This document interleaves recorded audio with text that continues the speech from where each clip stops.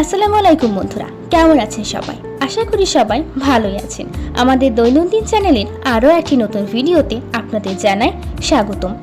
মা যেমন সৃষ্টিকর্তার সেরা উপহার, তেমনি মায়ের হাতের রান্না যেন অমৃত সমান। মায়ের হাতের ছোঁয়ায় সাধারণ রান্নাও হয়ে ওঠে অসাধারণ, যার স্বাদ হার মানায় রেস্টুরেন্টের রান্নাকেও। আজ আমি আপনাদের সঙ্গে আমার মায়ের হাতে চিকেন কারি রেসিপিটা শেয়ার করব। চলুন তাহলে শুরু করা যাক। চিকেনগুলোকে কিছুক্ষণ ম্যারিনেট করে রাখতে হবে। এরপর কড়াইতে তেল গরম করতে হবে, তার মধ্যে ম্যারিনেট করা চিকেনগুলোকে হালকা আঁচে ভেজে নিতে হবে। এরপর কড়াইতে তেল গরম করে তার মধ্যে দারুচিনি, এলাচ, গোলমরিচ, তেজপাতা এবং পেঁয়াজ ভেজে নিতে হবে। পেঁয়াজের কালারটা ব্রাউন হয়ে এলেই তার মধ্যে ভেজে রাখা চিকেনগুলোকে দিয়ে দিতে হবে।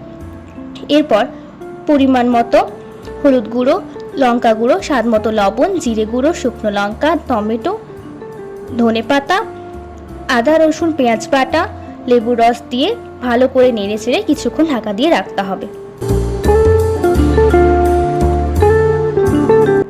রান্নাটা দেখে সাধারণ মনে হলেও এর স্বাদ কিন্তু অসাধারণ। আপনারাও বাড়িতে ট্রাই করবেন, তাহলে আপনাদের পরিবারের সবাই আপনাদের রান্না খেয়ে অনেক খুশি হবে।